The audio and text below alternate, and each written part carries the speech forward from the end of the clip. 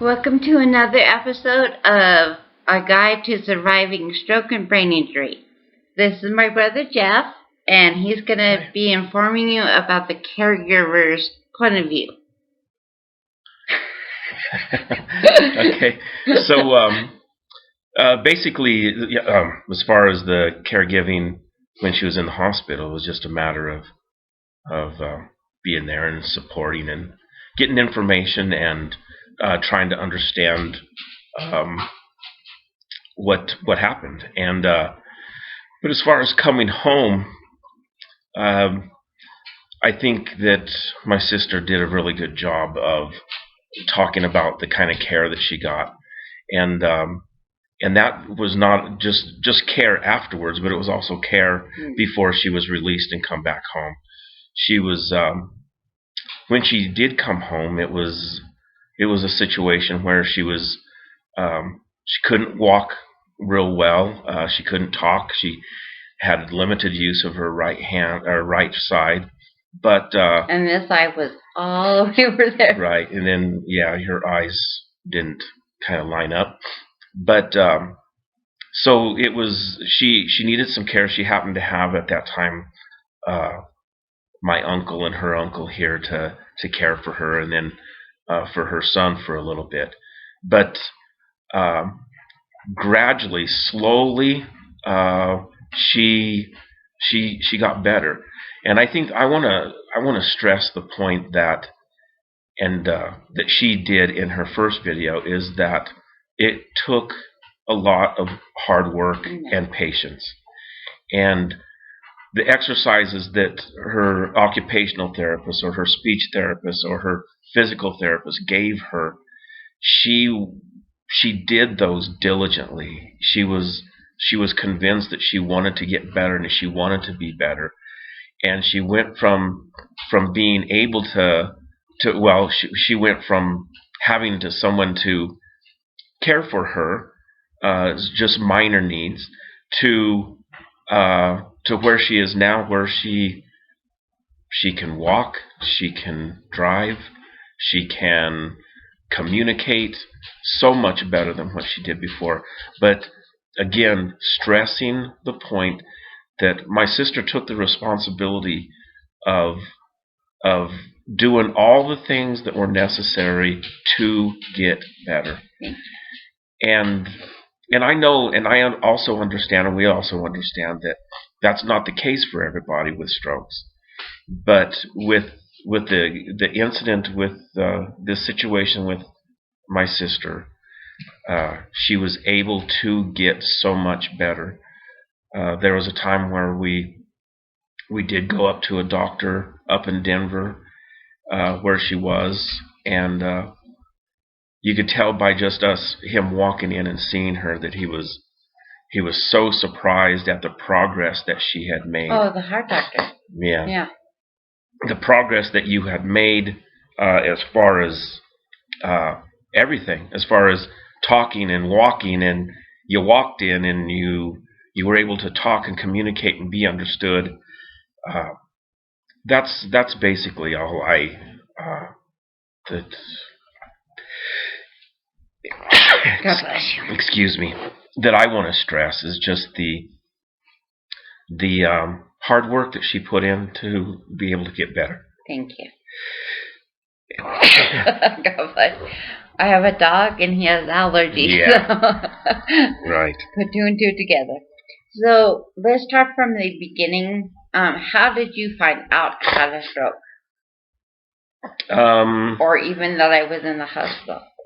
Actually, it was a family friend that had contacted me, that said you were in the hospital, and then I made contact with other family members that knew about it, and so yeah, that's how I knew that. And what did they tell you when I first arrived, or when you first came to the hospital? Did they think I was going to make it? Well, I don't know if they used those words, but you were not improving, and in fact, you were getting better, or you were not getting better. They couldn't tell if you were having other strokes. Oh, that's bad. And so they made the decision to put you in a helicopter to fly you to Denver. Thank God they did. And because you were not getting better, you were not responsive, you were not well. And so I kind of remember you being up there, and my brother, thank God for him, he followed the ambulance back to Parkview with me, but that's really all I remember. So I don't know, what was the deciding factor? Were you in on the call that they had to decide if I was going to a nursing home or to the hospital? You mean as when you were in Denver? Yeah. Yeah. I think that it was decided that you were coming back here to the hospital. You needed to go to a rehab facility, although it was associated with the hospital. But you were going to a rehab place to, again, go through all the occupational therapy, the speech therapy, the physical therapy to make sure that you could operate and get by as much as you could at home. I'm so glad you guys made that decision because, like I said last time, going to a nursing home could have changed my situation completely. Yeah, that wouldn't. No, you were in a situation where you could possibly get better, and you were, and you did. Thank you. What are some of the challenges you faced? I know you faced, like, when I talked to you at the hospital, was I talking to you or was I just making noise? Well, it was a really a slow progression from being able to speak just a little to being able to speak a lot, and being able to not be so clear in your speaking to being a lot more clear, and understandable, and yeah, it was just a slow process. So we have to explain about the TV situation. So what was I saying to you that you were like, yeah, that's the TV? I mean, you like weren't getting it. So what was I saying to you? I don't know what you were saying, but you weren't saying that you wanted to change the channel. I don't know what you were saying. But it took a while for me to figure out that that's what you were trying to say. That was one of my most frustrating times. But again, I think that's part of what we're talking about here. Yeah. We're talking about this slow progression of being able to not communicate very well to being able to communicate. And again, it was just a progression and patience that you went through.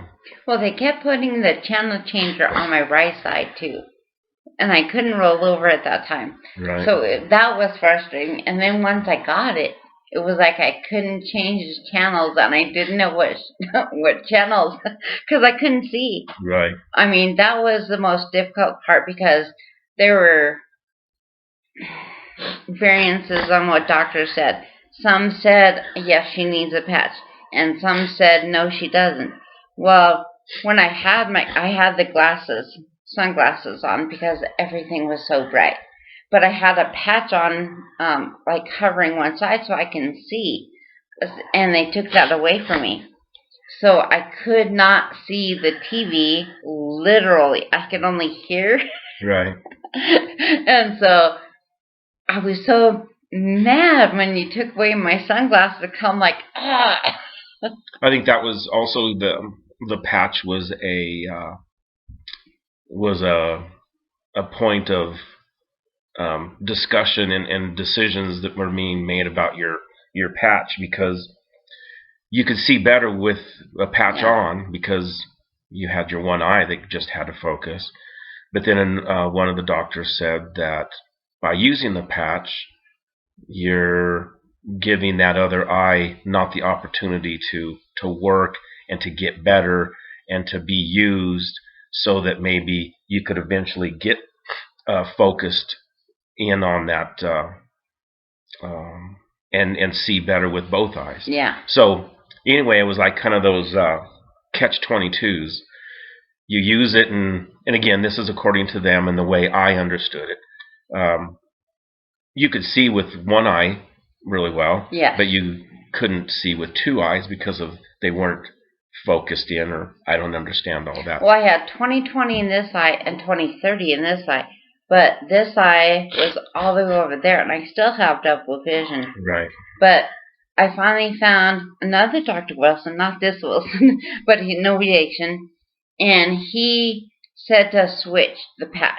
So one day it would be on this eye, and one day it would be on this eye, and I had a thought, and it's about a arm length away, and I put it on my fridge and to stare at it, because in the beginning I couldn't even stare at it. It would go all over the place.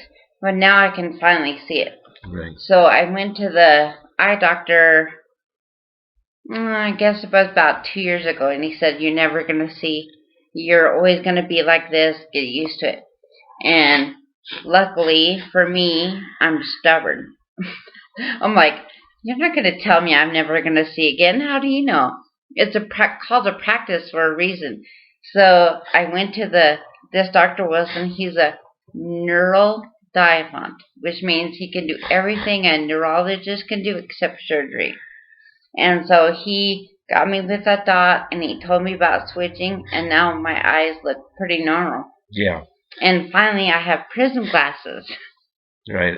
And again, it was a process, a long process but one that you continued.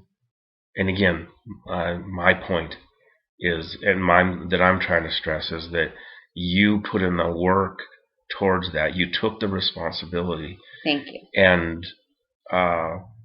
again, I want to repeat myself. I know that there's some conditions in some people that their stroke and the damage that is being done so much that that they can't get better or get better to the point that you are. But again, it's just a tribute to the work that you put in and taking responsibility to getting better, and then also, of course, the work that the people that helped you get better and put in. And I wish there was more people like that out there. I mean, it took me a while to find these people, but I think not to pat myself on the back, but my continuance, what is it called, persistence, to find somebody. Being a pain in the butt. So that too. Like I said, I'm stubborn. Right. And I just want to say that people of any stroke or any brain injury can have hope. Now, will you fully recover? I have no idea. It all depends on you and God. And I think God helped me, because with Christ I can do anything, and I truly believe that. So when I would try something scary, like I remember going outside for the first time in my walker, and I'm like, "Oh, this is really scary." I mean, really scary. And I kept saying over and over, in Christ I can do anything, anything. And so I think if you believe that you can achieve anything you want to. Wouldn't you agree? No, God is a God of hope. Yes. Yeah. Now, will I fully recover? I personally think yes. Is it going to take time? Yes. But I'm 3 years out, and I'm already doing really good. Yes. Imagine another 3 years, how well I'm going to be. Right. I mean, don't you agree? Yes. And with the support from my brother and my friends that I met in my stroke group, I guess. I mean, they're like amazing. And we all have differences in what we have. Because there's different parts of the brain. And mine was a cerebellum and a pons. My friend Jessica had a pons and a something else, I think. And we all have different strokes. We all have the same, like getting tired and balance issues and can't skip, But there's other things that are unique to me that they don't have, and vice versa. So if we all know that every stroke is different, every situation is different, but we all can't stop. That is our point. We all can't stop. It's hard on the caregivers. That's my duck topper. It's hard on the caregivers in a different way that it's hard on us. And I think it's important to know that his little sister had a stroke. I mean, I can't begin to understand that. So I think, and he can't understand what a stroke feels like, right? Right. So I mean, together, if we communicate about it and understand that, man, both of us had hard times, hard times. And I think with the support and encouragement that he gave me, helped me. I remember one time I was in my room. I was still in a wheelchair, I believe, and I asked him for a pep talk because he used to be a coach. And I go, give me a pep talk. And he goes, everything I was going to tell you to do, you're doing already. But, right. I mean, without his support and his encouragement and telling me I'm doing a good job, I don't know if I could have made it. I really don't. Yeah. You could have, but it helped. It helps. Yeah. It definitely helps. And I'm stubborn, so that helps too. Right. And as my brother put it, I'm a pain in the butt. Right. Still, at 49, I'm a pain. Yes. Do you have any other words of encouragement or anything else you'd like to say? No, just hope and just know that take the responsibility to get better, and then also to develop and choose an attitude of one of hope and of one of realizing that that life is good, and find those good things in life, and that's what I would say. I don't believe that God gave me the stroke, but I believe He was there every step of the way. He knew I was going to have the stroke, and I believe He's helping me through this time. Yes. Every step of the way. And there's a purpose for this happening to me, and I want to take full advantage of it. So my thing is hope, too. That never give up. Never give up. I mean, I have days where I'm like, pity parties, and, I take one step forward, two steps back. But the next day is a new day. And just remember that today may suck, but tomorrow is a new day, and try again. And keep trying until you achieve your goal, whatever that may be. And also to celebrate every little victory you have. I think that's one of the biggest things I did is I still take walks. And one of my goals was I have a path by my house. And I was on my walker. And my goal was to make it to see my bedroom window. And now I look at it with no assistance, and I go, I remember that. And what a great victory that was. So celebrate every victory, how big or small they are, celebrate it. That's a good point. Well, we thank you, and we hope we're helping somebody and giving hope to somebody. Have a great day. Bye.